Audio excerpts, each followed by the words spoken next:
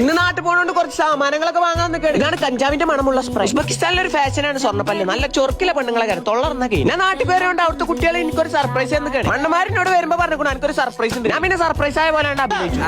എന്ത് ചെയ്യാനായിട്ട് മണ്ടന്മാരാണെങ്കിലും ബുദ്ധിയില്ലല്ലോ. സംഭവം എനിക്ക് സന്തോഷം കൊണ്ട് നല്ലതായിട്ട് അടങ്ങാറ്. നമ്മളെ മോട്ടറാക്കി കൊണ്ട് എന്തൊക്കെയാ പറയുന്നത്. ഒരുപാട് ഫസ്റ്റ് ലൈഫിലൂടെ ഞാൻ ചെറ്റാണെങ്കിലും സത്യമുള്ള പറയാം. നല്ലൊരു തന്നെ കേക്ക് ഞാൻ സർപ്രൈസ് ആയ പോലെ ഈ ചാടി കടന്ന് കണ്ട് വരുന്നതാണ് മീത്തൽ പാത്ത്. തീരെ തലച്ചോറില്ലെങ്കിൽ അതിന്റെ ഒരു അഹങ്കാരല്ലേ. അവ ഞാൻ പോണ പറഞ്ഞിട്ട് എനിക്ക് ഒരു ഗിഫ്റ്റ് ഒക്കെ വാങ്ങി തന്നു. കാകണ കരച്ചിലോ ഓലൊക്കെ കൂടി ഇന്നോട് മോട്ടറാക്കി പാട്ട് പാടാനേ. ഞാനാണെങ്കിൽ ഇന്ന ആരെങ്കിലും നിർബന്ധിക്കാൻ വേണ്ടി കത്തുക.